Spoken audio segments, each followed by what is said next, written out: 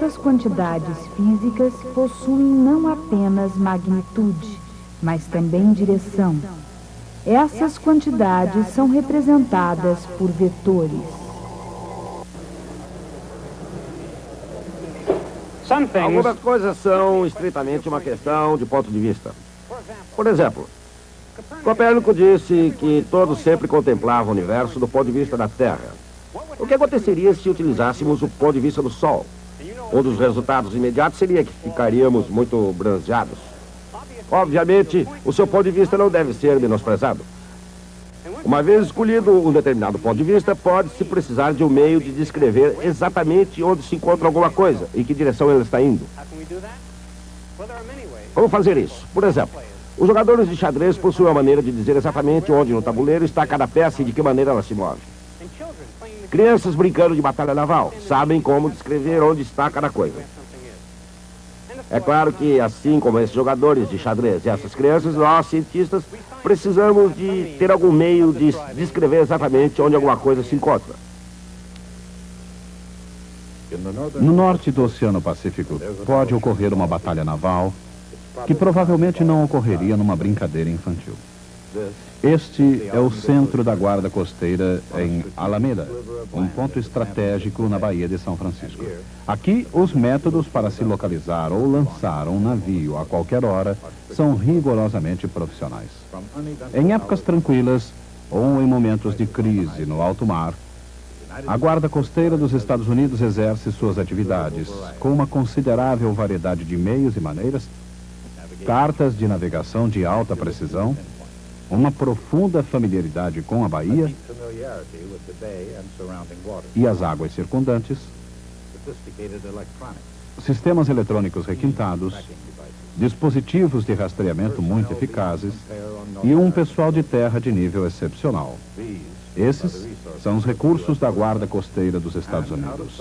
E longe da vista, mas não da mente, junto com sua poderosa equação de talento, treinamento e tecnologia, existem as ferramentas da matemática vetorial. Uma entidade que possui tanto magnitude quanto direção é um vetor representado por uma seta. A direção da seta é a direção da entidade, enquanto que seu comprimento indica sua magnitude. Deslocamento, velocidade e aceleração são vetores. Os vetores são escritos em negrito.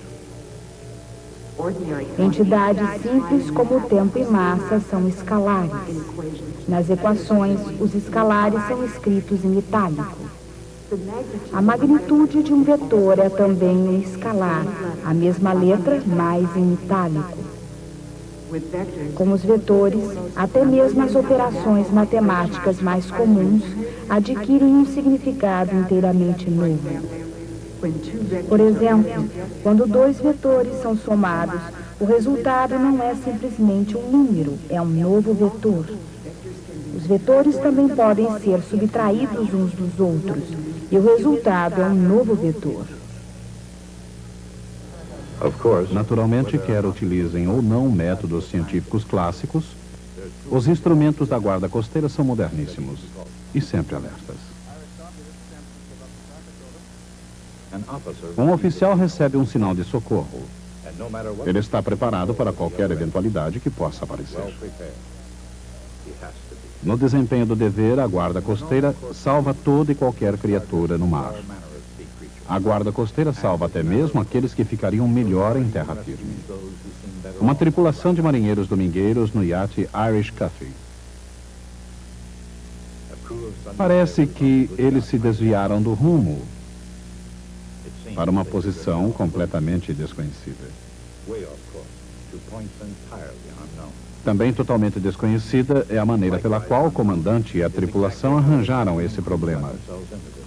De qualquer maneira, a Guarda Costeira utiliza seus próprios recursos.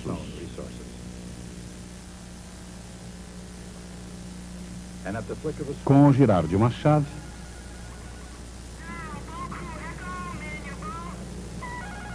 lá vão eles à ação.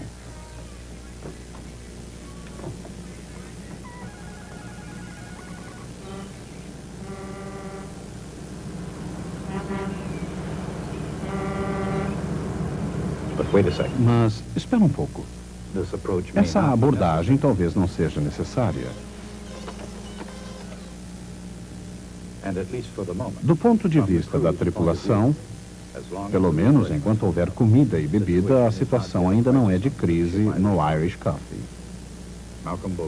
Malcolm Bogart e Percival Flynn, homens corajosos, recebem inspiração do seu líder, o Capitão Duke. Quer o perigo seja imediato ou potencial, a guarda costeira não brinca em serviço. Irish Coffee, this is San Francisco Coast Guard. Location and nature of your distress, over. This is the Irish Coffee. Repeat, we're in trouble and we're someplace off the coast of San Francisco.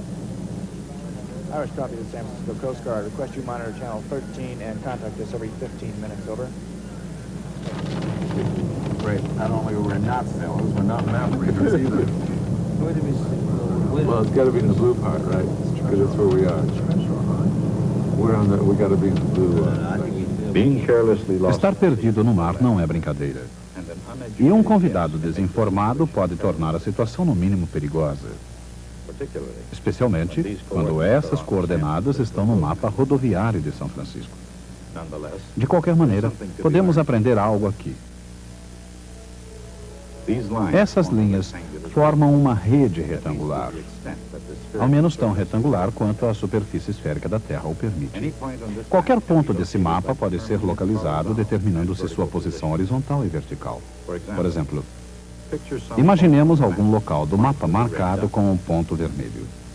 Suponhamos que o ponto vermelho tenha a coordenada horizontal x de menos 150 quilômetros. E suponhamos que sua coordenada vertical, y, tenha menos 124 quilômetros. Quaisquer que sejam as distâncias na terra, no mar ou no ar, um sistema de coordenadas é vital para qualquer mapa.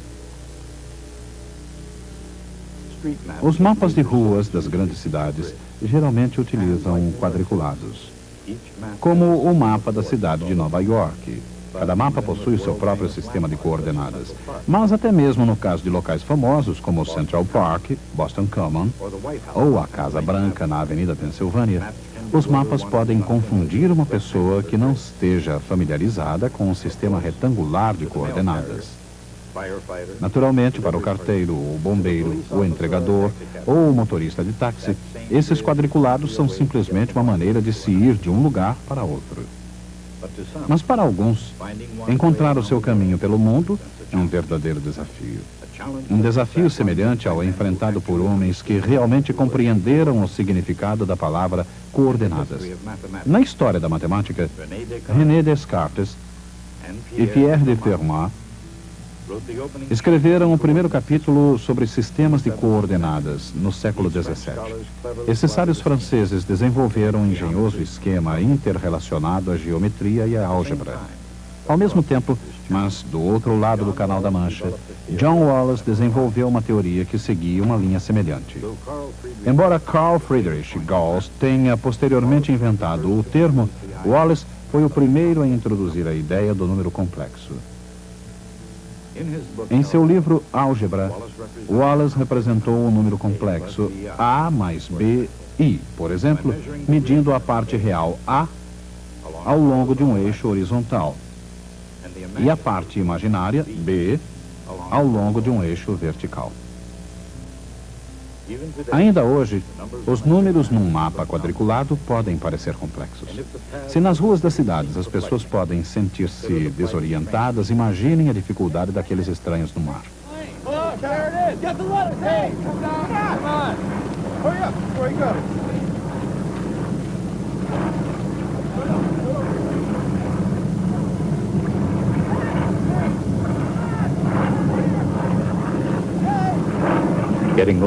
Perder-se sem um bom mapa é a parte mais fácil. Ser encontrado sem um mapa exige um pouco mais de trabalho. Para encontrar uma embarcação perdida, a guarda costeira tem vários métodos de ação, inclusive a triangulação. 2 diferentes ângulos de recepção radiofônica são estabelecidos através do uso de antenas direcionais. Linhas retas são prolongadas até se interceptarem. Assim, se a guarda costeira utilizasse a triangulação, e se o mar fosse tão previsível quanto a matemática, o Irish Cuff deveria estar justamente aqui. Isto é, ele estaria aqui se tivesse estabilidade suficiente para se manter num local. Isso seria esperar demais, porque, à mercê das correntes, as embarcações flutuam à deriva por todo o mar. Saber sua localização num determinado momento e local não é o suficiente. A guarda costeira necessita a direção e a velocidade de deriva do Irish Cuff. Em que direção? Com que velocidade? Embora o comandante adote uma abordagem novelesca, ele não encontrará respostas nas páginas do Moby Dick. Como não se vê sinal de buscas, outro sinal de socorro não deverá fazer mal algum. We're off the coast of San Francisco. Please come in. Coast Guard. Repeat. Se Bogart tivesse fornecido uma segunda posição à guarda costeira, o quadro poderia ser esse. As duas posições são unidas por uma seta da posição 1 para a posição 2. A direção da seta mostra em que direção a embarcação está sendo levada pela correnteza. Seu comprimento mostra que distância. Essa seta é chamada vetor deslocamento. Com mais informações, a guarda costeira pode estimar a rota da embarcação à deriva, unindo a ponta de um com o final de outro vetor deslocamento, resultando uma soma de vetores. A velocidade de deriva pode ser calculada dividindo seus vetores pelo intervalo de tempo entre os sinais.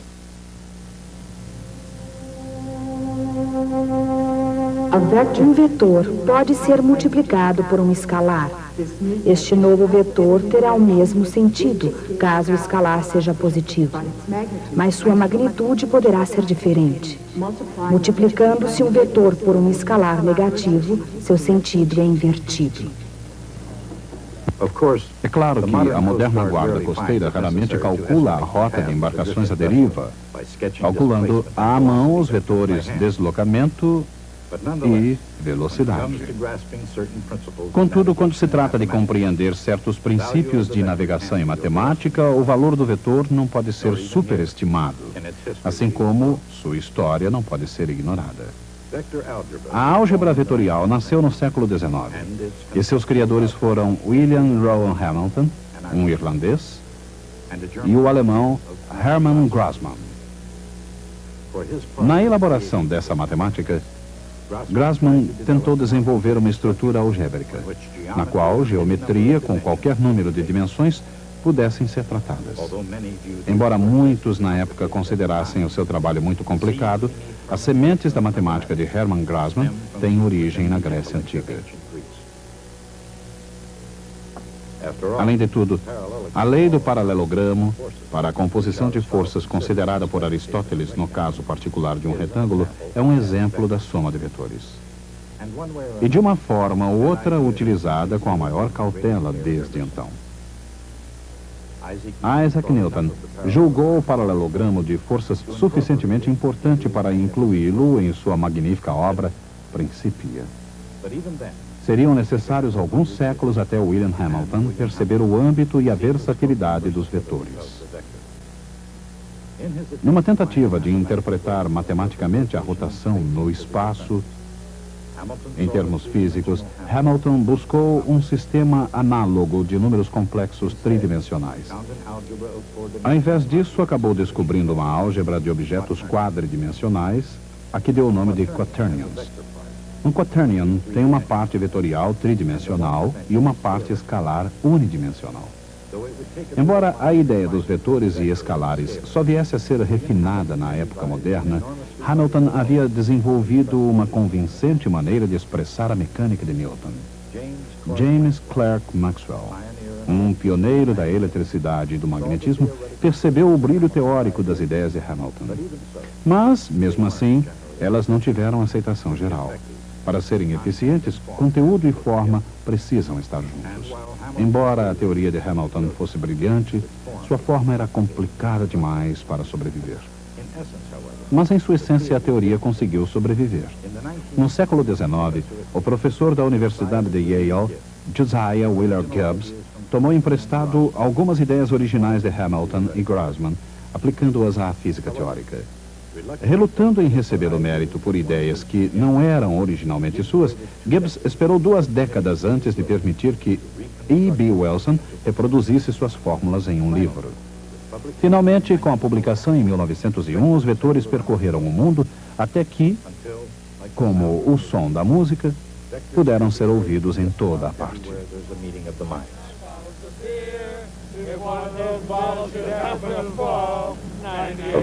Naturalmente, a álgebra vetorial, como a notação musical, exige uma certa prática. Mesmo a bordo do Irish Cuff, um pouco de exercício não pode agravar muito a situação. De qualquer maneira, os vetores, ao contrário das letras de algumas canções, são muito versáteis.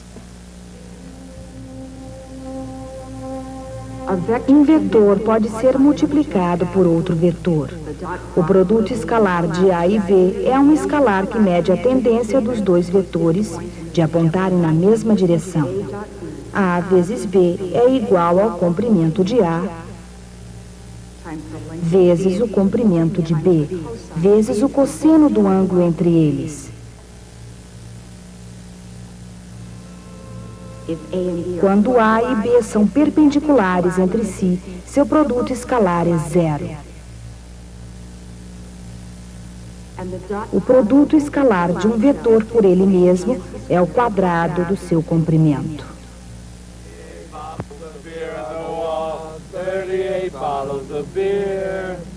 Moving right along. O produto vetorial de 2 vetores é um novo vetor, perpendicular ao plano dos 2 vetores originais. Seu comprimento é numericamente igual à área do paralelogramo formado pelos vetores originais.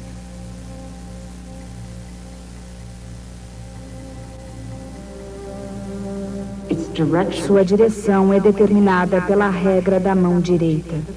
O produto vetorial mede a tendência dos vetores de serem perpendiculares e constitui um dos meios mais eficazes de se escrever corpos em oscilação ou rotação.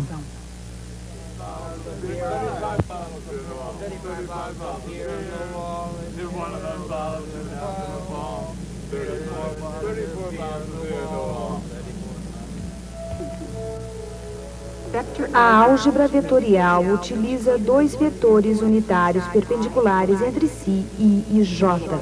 O pequeno circunflexo sobre o vetor indica que o seu comprimento é 1. O vetor desde a origem até o ponto de coordenadas x, y é a soma de 2 vetores perpendiculares, um vetor horizontal x, y e um vetor vertical y, j.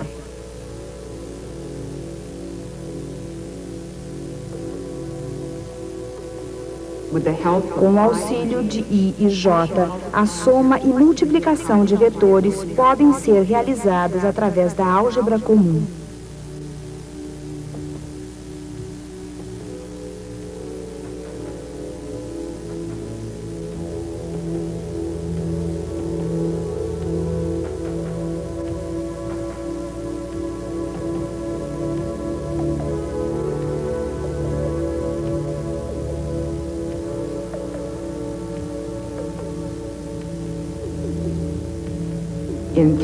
Num espaço tridimensional, é utilizado um terceiro vetor K.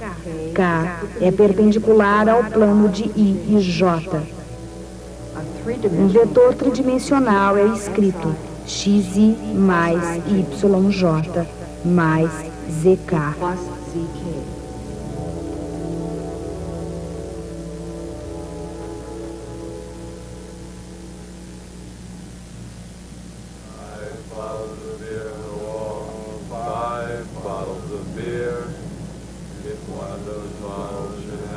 Uma canção se propagando é uma coisa. Uma embarcação em movimento é outra muito diferente, especialmente quando está à deriva no mar. Lembre-se, antes do primeiro sinal de socorro, o vento estava calmo, o mar sereno, o dia perfeito para se divertir. Mas o tempo muda. E o Irish Cuff não está onde deveria e também já não é o mesmo. No mar, o vento é uma força que não pode ser ignorada. Como a velocidade do vento tem magnitude e direção, isso significa que ela é uma quantidade vetorial. O mesmo acontece com a velocidade da corrente aquática. E agora, navegando à deriva, com vento e corrente fortes, sem saber para onde, pode ser perigoso.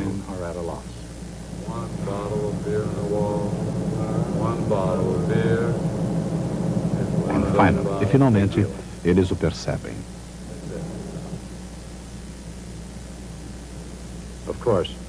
É o fim. E é claro que se o comandante tivesse inclinações matemáticas, tentaria ajudar a guarda costeira. Ele determinaria a posição de sua embarcação, talvez 150 quilômetros a oeste e 124 quilômetros ao sul da base de Alameda, da guarda costeira. Calcularia a velocidade do vento, digamos 40 quilômetros horários soprando do sul. Determinaria que sua embarcação estava sendo impulsionada a uma velocidade média de 2 quilômetros por hora na direção norte.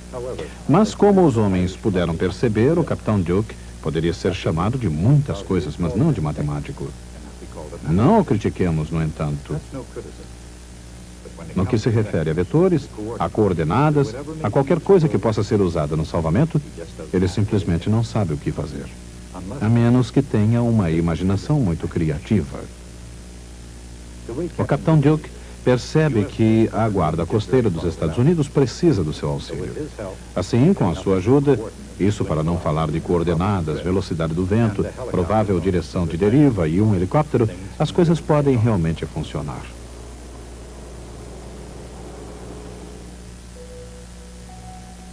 O capitão Duke acredita que o piloto tem combustível suficiente a uma velocidade máxima de 125 km por hora para permanecer no ar durante 4 horas. Isso significa aproximadamente 2 horas para ir, 2 para voltar e 250 km de raio de ação, não mais. Será que o helicóptero conseguirá chegar ao Irish Cuff? E não menos importante, será que o piloto conseguirá voltar à base? O vento carrega o helicóptero para o norte a 40 km por hora, 80 km para o norte em 2 horas.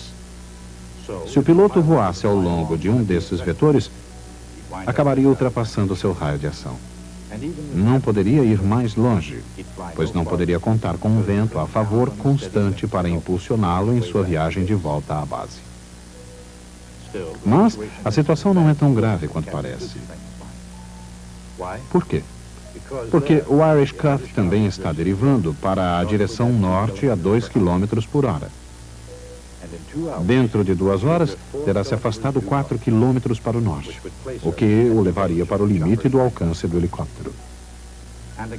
Levando em conta a velocidade do ar, a velocidade do vento, a velocidade da deriva, o piloto calcularia a direção do voo adequada e chegaria ao Irish Cuff.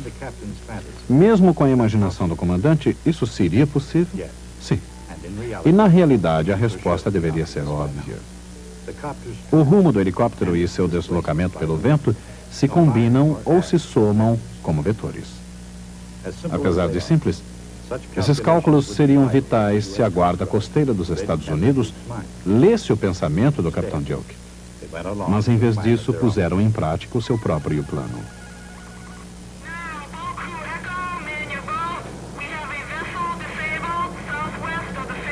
O Irish Cuff está ao sul das Ilhas Farallon, próxima à Baía de São Francisco, a uma distância muito pequena. Assim, dentro de pouco tempo, o comandante e sua tripulação estarão salvos. Muito antes que se acabe seu estoque de comidas e bebidas, eles estarão em terra seca e até que aprendam suas lições de navegação, sem mencionar cálculo vetorial, esse é exatamente o lugar em que devem ficar. Antes de Copérnico, o centro da Terra era o centro do universo. Aliás, no mundo aristotélico, a própria ideia de lugar não tinha significado, exceto quando se queria informar sua posição referida ao centro da Terra. Quando Copérnico entrou em ação, o que ele fez foi aplicar rotineiras operações matemáticas, escrevendo as equações das órbitas planetárias no diferente sistema de coordenadas. O mundo jamais seria o mesmo. Mas isto é uma afirmativa enganadora. Dá a impressão de que o importante é ter o sistema de coordenadas correto. A verdade é justamente o oposto. Todos os sistemas de coordenadas são bons. Copérnico diz que a origem deve estar no Sol. A guarda costeira diz que a origem deve estar em sua estação coordenadora. E ambos estão igualmente certos. Podemos dizer isso de maneira mais profunda.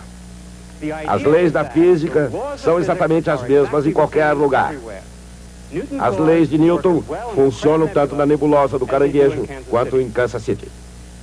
E porque nós acreditamos nisso, precisamos de uma forma de expressar essas leis, que se aplicam da mesma forma em todos os sistemas de coordenadas. E essa maneira é através dos vetores.